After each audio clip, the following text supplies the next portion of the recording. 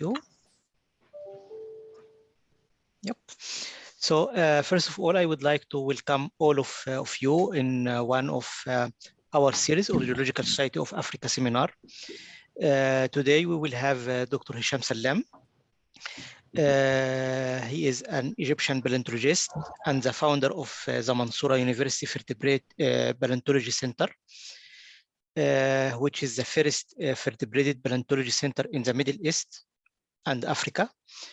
Hesham works as an associate professor at the American University in Cairo and at the Mansoura University in Mansoura city. He leads the discovery of a new species called Mansourasaurus, which has improved understanding of prehistory of Africa during the latest Cretaceous period. And also his work has helped popularizing paleontology in Egypt.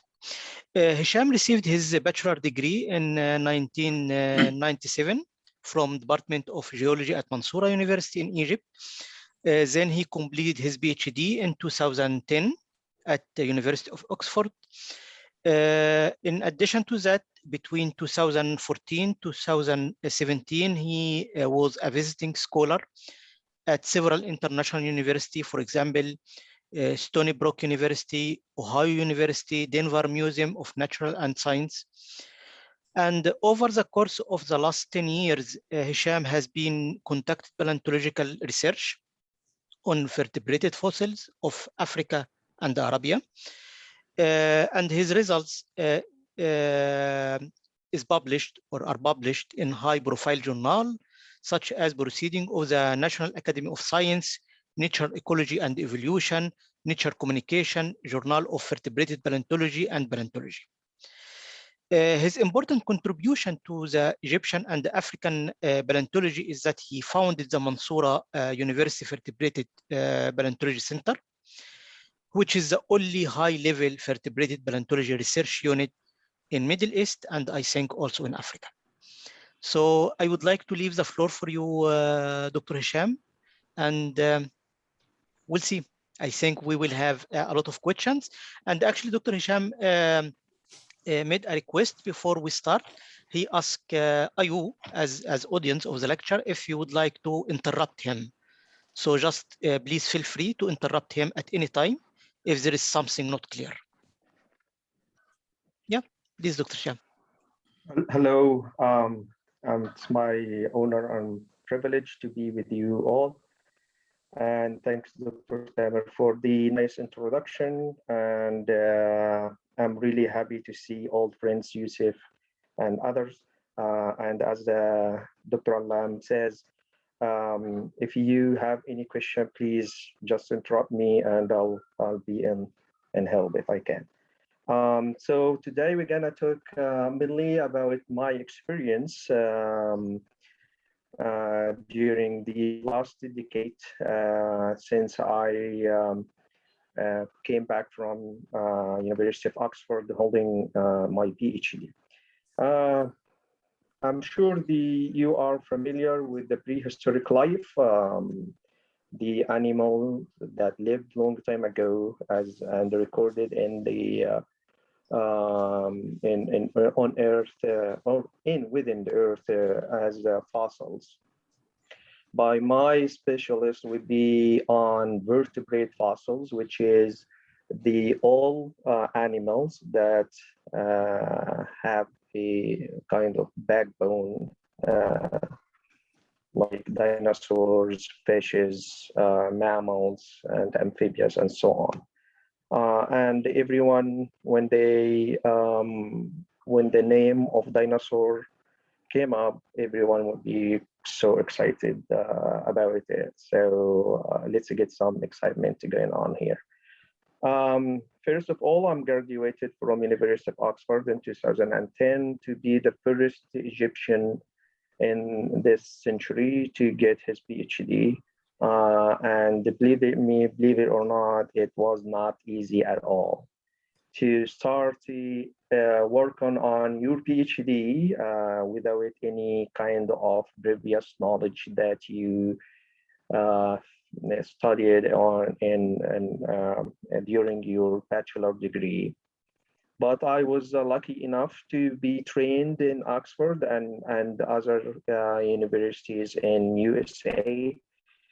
So I came back with a dream to build in a school or kind of academic school to train the first Egyptian generation on vertebrate fossils to not only to how to like unearth the fossils from the ground, but also how to introduce these discoveries to science. So I started with kind of students, top tier students from different universities, and train them, take them to the field, and spend a lot of time with them, teaching them how to pick up fossils and recognize them, train them how to classify in the field and sort of that, and also bring them to the lab with really wonderful facility that we have in Mansoura University. And also participate in high level conferences that around the world. This is my students in Utah 2016, and they are the first female to enter, first female from the Middle East to enter that conference and get 3 awards in that day. I was so happy at that time because you kind of living my dream, and also see my girls, I would say my academic daughters gain a lot of attention at that time. So basically, I'm continue doing that since I came back with training a lot of people as outreaching, also deliver my knowledge in vertebrate paleontology to each level from kindergarten to people who are actually doctors and teachers. And for example, this guy is actually a neurologist, you know, like the guy who work on brains and stuff like that. He's a very smart surgeon. And this is Muhammad. He's actually in kindergarten. So basically, I turned my knowledge to be more kind of enjoyable to people and take them to the field in terms of that. Not only Muhammad, who is in kindergarten, I brought this lovely lady. She is 3 months old. She came with her mom to one of my trips, and she is 3 months old. I put her as a scale for a gigantic Basilosaurus, a 40 million year old whale. And I put a brush. Her name is Hind. So I put a scale for Hind as a brush for the scale, and put Hind as a scale for the Basilosaurus fossils. And also train people from different universities in how to pick up the tiny fossils, like Mario Vodu is working on really tiny rodents from different places in Libya, Algeria, and Tunisia, and also go to people from different areas and also bring some kind of fossils to them to get them excited about science. So basically, also like this one of my pictures, the lovely picture, you can see I don't actually mind to take kids to the field as you see. And also work on in different places in Egypt, all over Egypt, if you say. So I work in 2 sites in Eastern Desert, and also several sites in Western Desert from different also geological levels. And this is my camp in the middle of the desert, looking for dinosaurs in Bahariya oasis in southern Egypt. And all of that turned it out to be 30 publication in some kind of high-level journals, Nature Communications, Nature Ecology and Evolution, PNS, Geology, Proceeding of the Royal Society B, +1, Gibberjay, and Journal of Vertebrate Paleontology, and Cretaceous Research, of course. So, and also we named so far 13 new genera and species from Egypt, and we holding a lot of new discoveries on the way.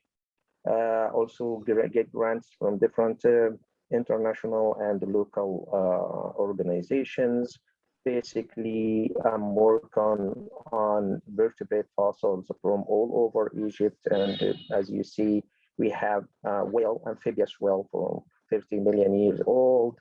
We have a gigantic catfish from 70 million years old deposits, and also gigantophis, the second largest snake ever exist on Earth, and also one of the last paper that came recording the PETM, Paleocene Eocene maximum, that first record ever in the southern hemisphere, and also Mansourasaurus, one of my favorite discovery, and we have Pterosaur as well. And these actually discoveries are basically PhDs and masters of my students, and I'm managing like almost 6 people, 2 PhD and 4, I guess. There's one joining us very soon, so we are gonna change that to be 4, and also so these days we are working with 4 students and master's students, and 2 PhD students are running right now in my lab.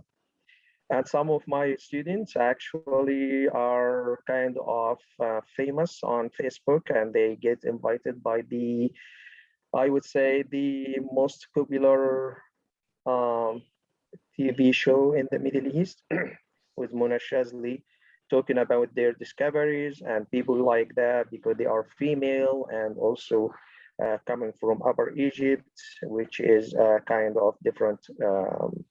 Yeah, like for first time people go in the desert and camping and be like female. In 2018, I discovered this guy and named it Mansourasaurus shahini. And this is the plate that we discovered it from.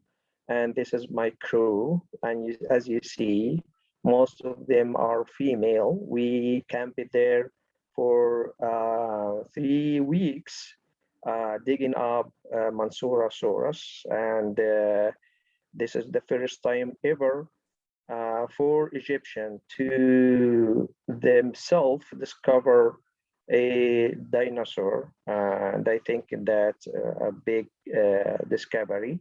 So we worked on it for several years to publish it as a new Egyptian sauropod from Egypt in Nature, Ecology and Evolution.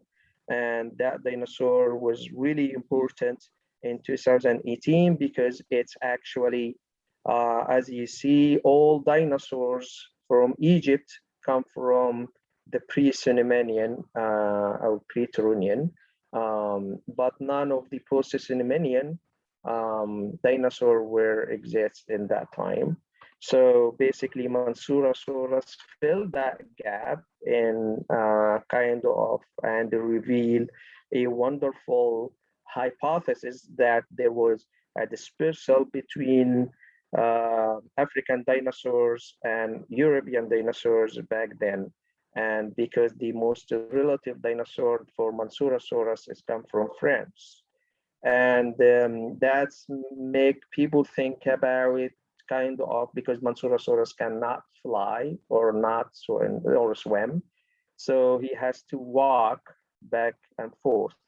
But when I talk about Mansurosaurus going back and forth, I'm talking about the clade of Mansurosaurus, not Mansurosaurus itself.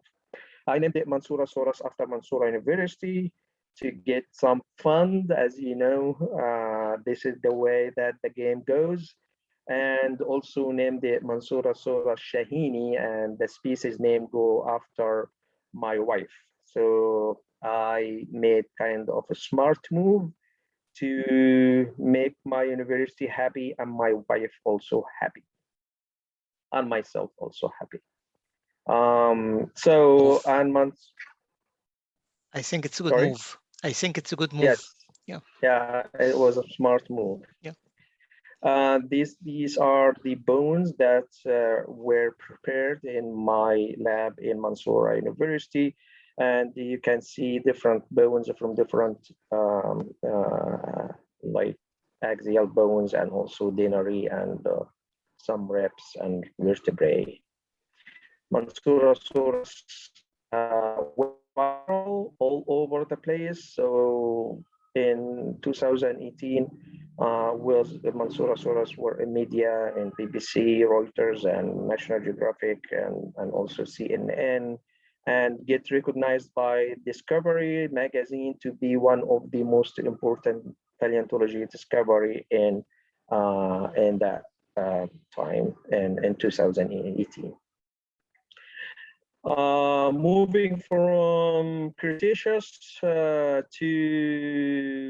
Wadi Hitan, some kind of amazing geological place in Africa. It's actually Eocene in age and also full of ancient whales.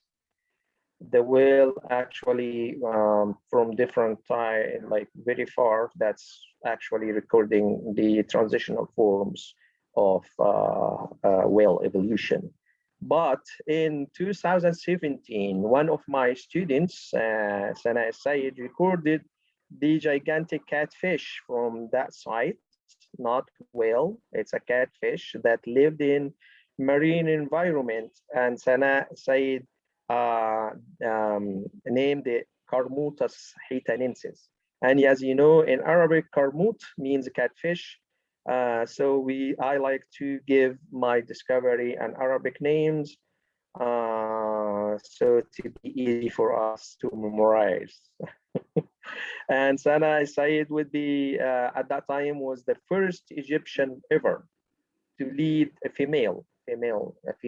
first Egyptian female to lead a discovery on vertebrate fossils in the history of Egypt.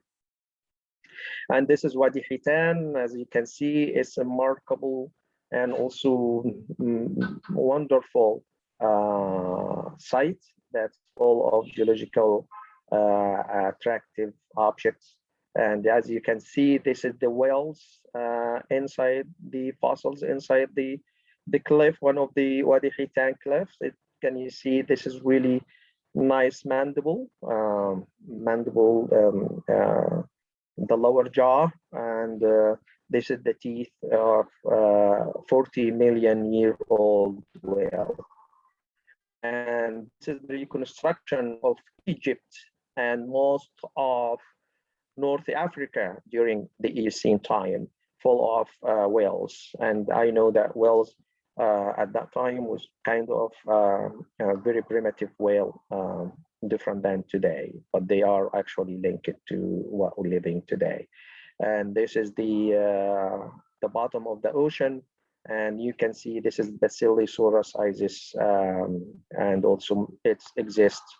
This kind of whale exists from Saudi Arabia to Morocco. There are evidence all over the place. And the last few days, we announced a new discovery of a 40 million year old walking whale. the very primitive whale that actually has a lifestyle of amphibious um, move.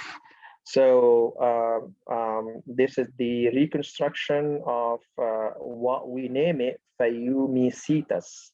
Cetus in Latin mean whale, and Fayum mean like in honor of the Fayum depression, the famous Fayum depression.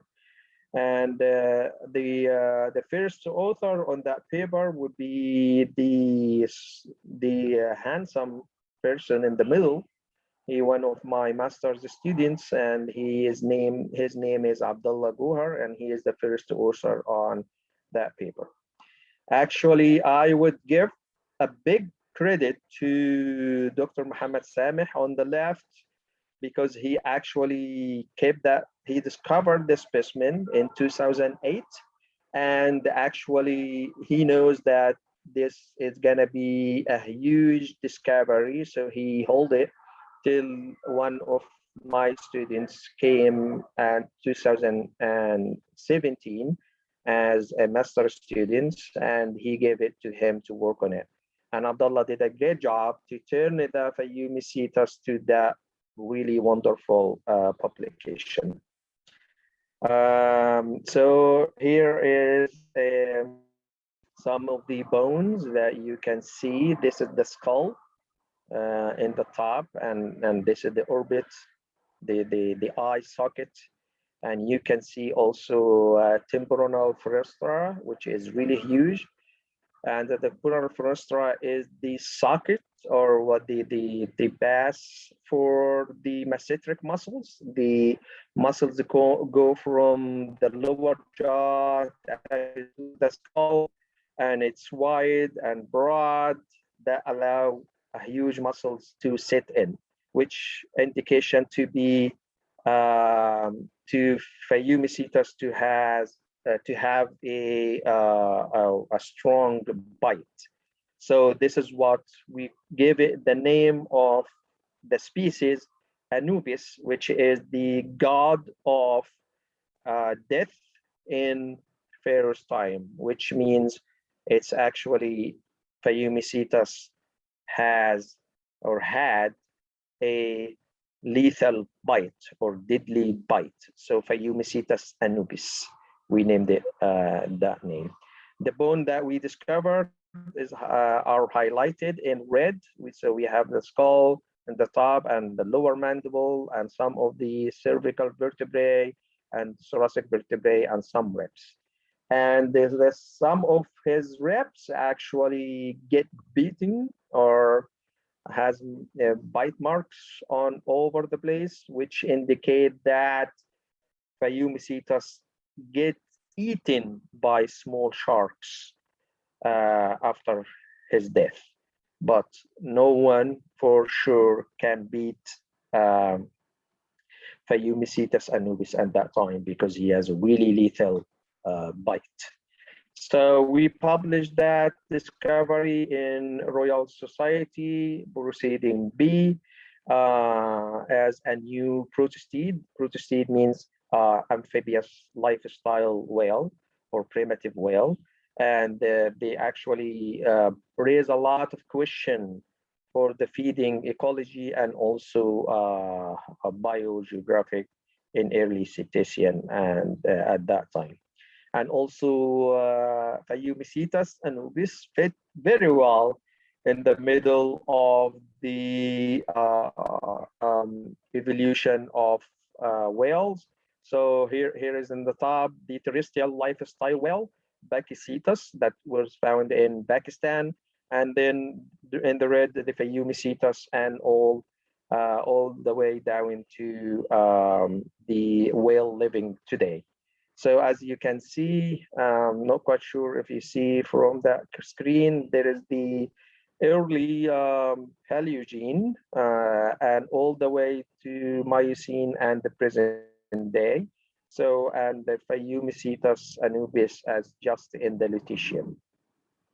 And we compared Fayumi cetus with all kind of different whales from different families, and especially Protosteids family, to find out it's a new genus and species for sure.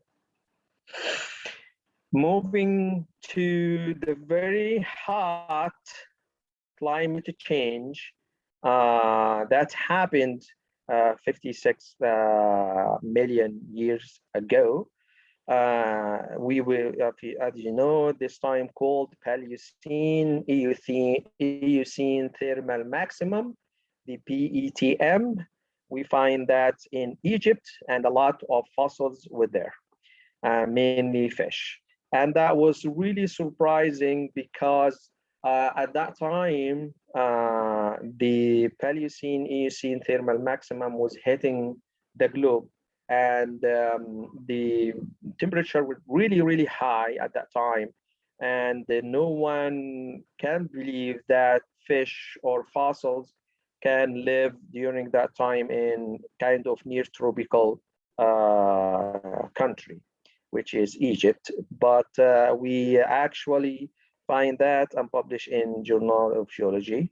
And you can see it's really wonderful preservation of a complete skeleton of different fishes in that. And the first author of that paper is my student Sanaa Said as well. And we got the age from based on the nanoplanktons in the area called Ras Gharib. You can see the stratigraphical section. This is the Cretaceous, Sadr Choke, and the Paleocene Eocene maximum events is right there in the middle of Isna Shale Formation.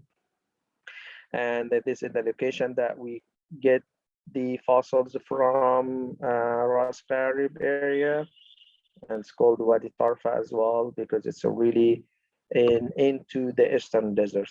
And you can see the event right here marked by one of the chisel that we actually used. And there are some of the fishes that we actually published at that time. To work in this kind of stuff, you have to prepare the site and dig to make a platform so you can sit and actually look and break the slabs and look for well-preserved material. So it's not an easy task to be done. So you have to stay there in a comfortable way for several weeks.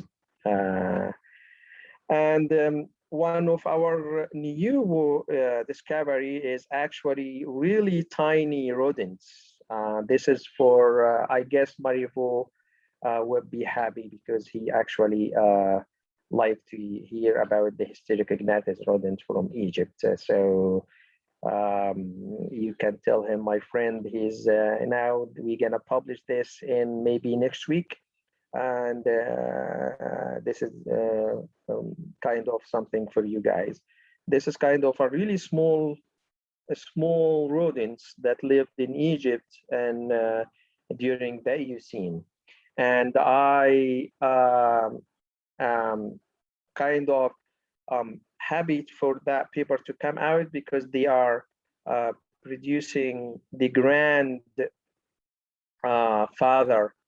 I mean, in history, not the grandfather, and kind of like the old kind of stem group of what we call it now, Hystericognathus rodents, like Capybara and the Chirchia.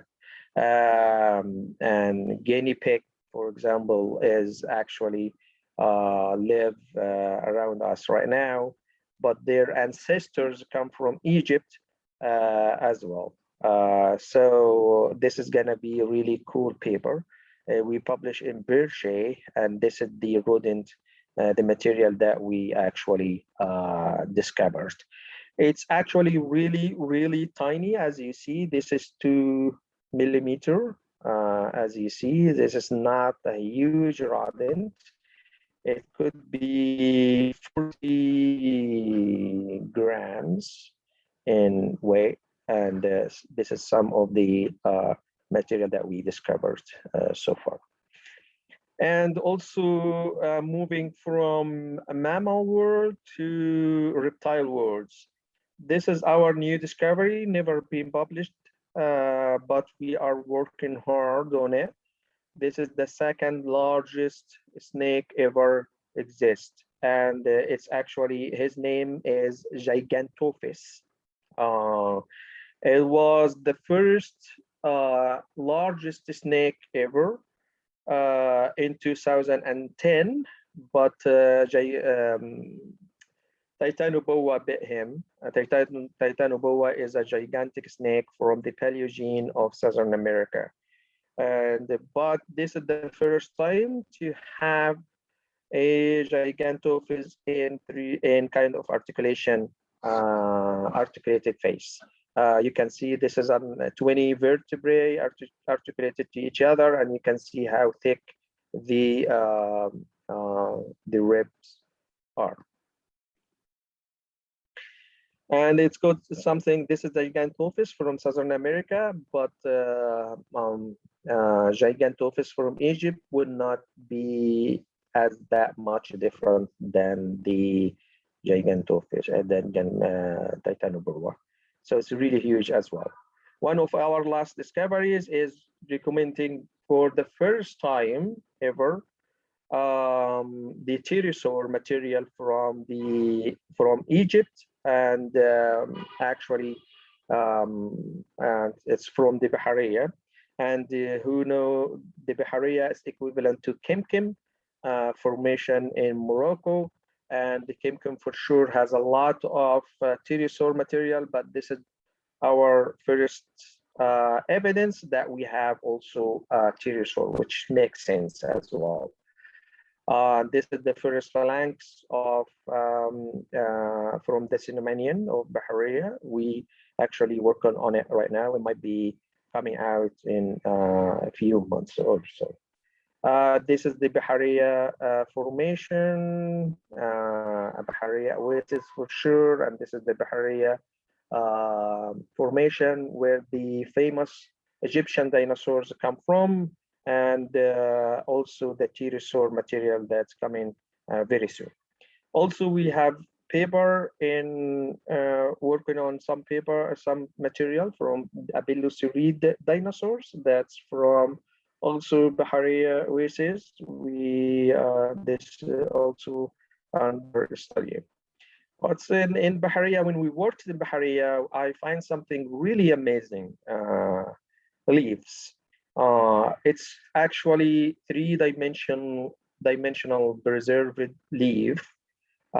It's not flat at all. It's actually the whole leaf will actually trapped in iron concretion, and it's what make me so surprised that's actually it's shaped in a kind of recent way. So once it's fallen down, it's actually preserved in its shape right away.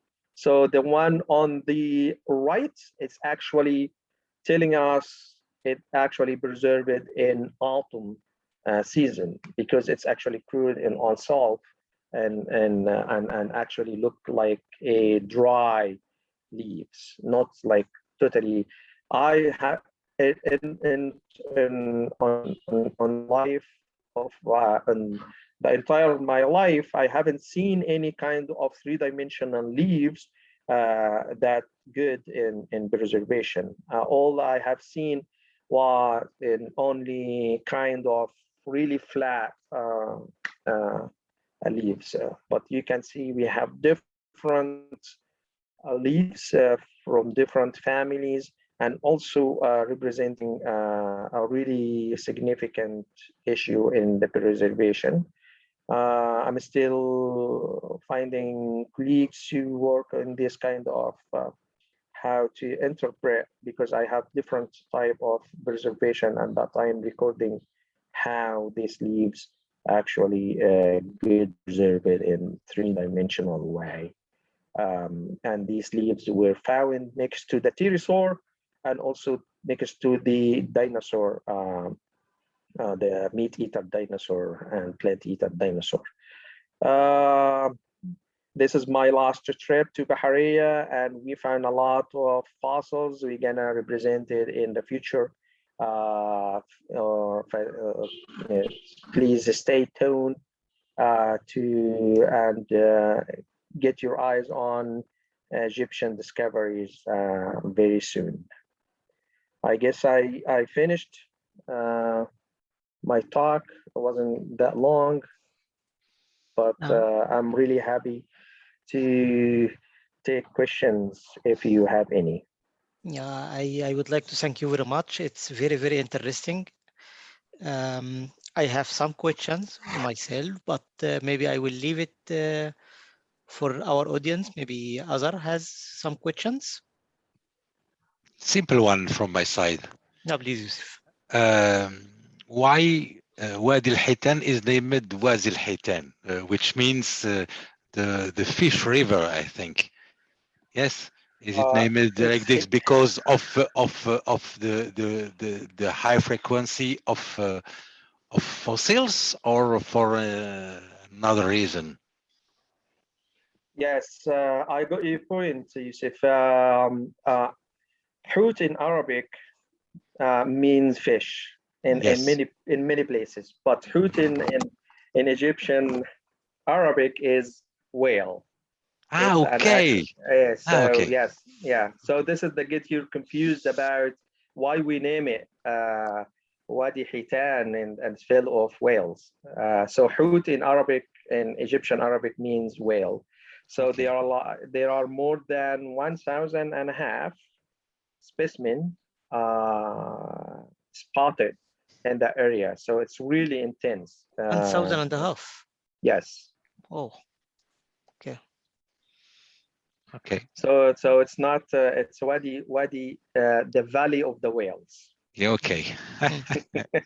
Not the fish. Thank you so much. Sure. Other questions? I have one about the outreach. Okay. I can see that you take with you young babies and families and maybe old peoples as well. So I would like to ask you about the fund for this. Well, it's if I work closely with Dr. Sameh, who is actually willing to fund our training sessions in the desert. Also, I get funded from Mansoura University and also from American University in Cairo, and also from different organizations in all over the place. So yes, I'm seeking funding from different organizations, and also I believe in my work, so sometimes I fund myself. Okay. Okay, so most of the fund for this outreach activity is coming from organizations. Yes. Okay. Yep.